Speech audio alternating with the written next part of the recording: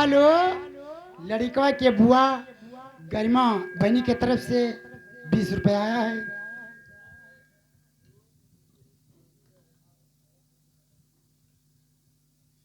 अरे कहाँ बुआ लाई पापी पा पेहरा कहाँ तो कारी बुआयल कहाँ तो कारी बुआयाले हो।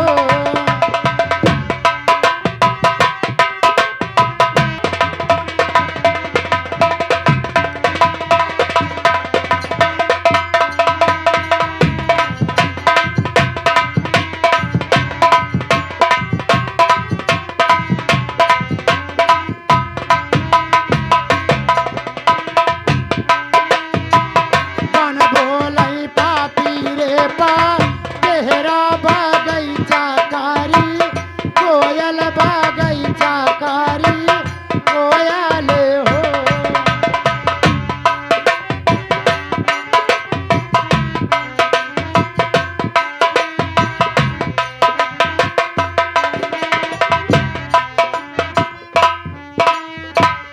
ओ बहिनी सजिया पे बुअला तीती रानी दे नाई आवई छाया ने नाई आवई हो।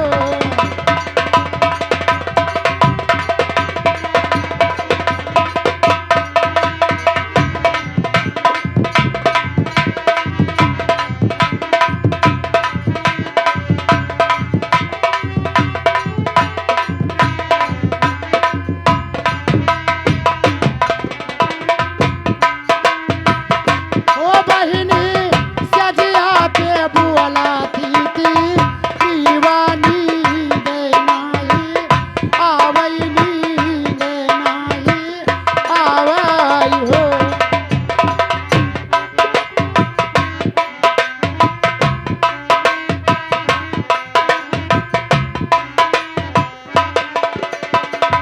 कथुआ बिन तड़फैपा तेहरा काऊरे बीना कोयल काऊरे बीना कोयले हो।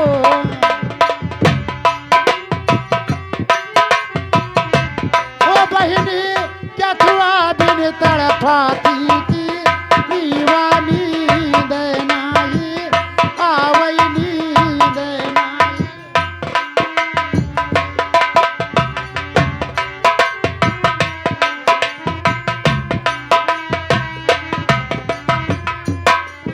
हेलो, लड़िकवा के फूफा है रे दैया नंदुआई हमरा 20 रुपया देनी लड़का ने उछा और मैया मने यही 20 रुपया लायक हो भैया। अरे अपन बहिन समझ के दीनी और का आए तब भैया बताओ भैया हमार 20 रुपया दे के फुसलावत हैं।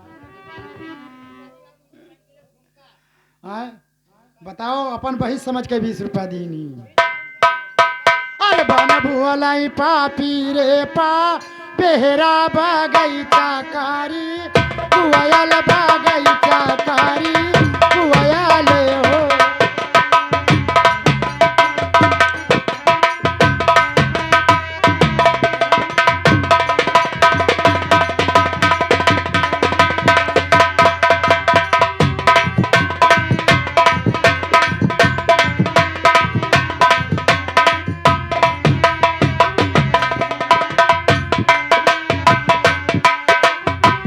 बन भुअलाई पापी रे पा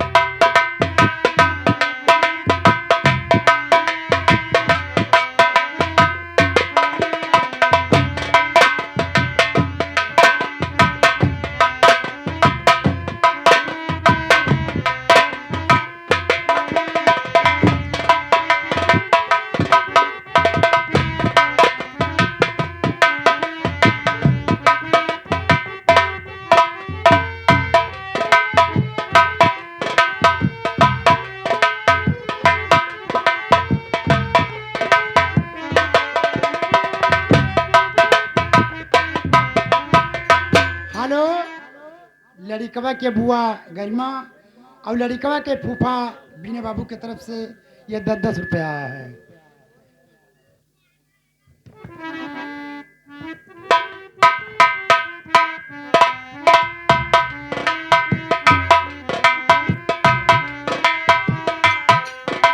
हेलो।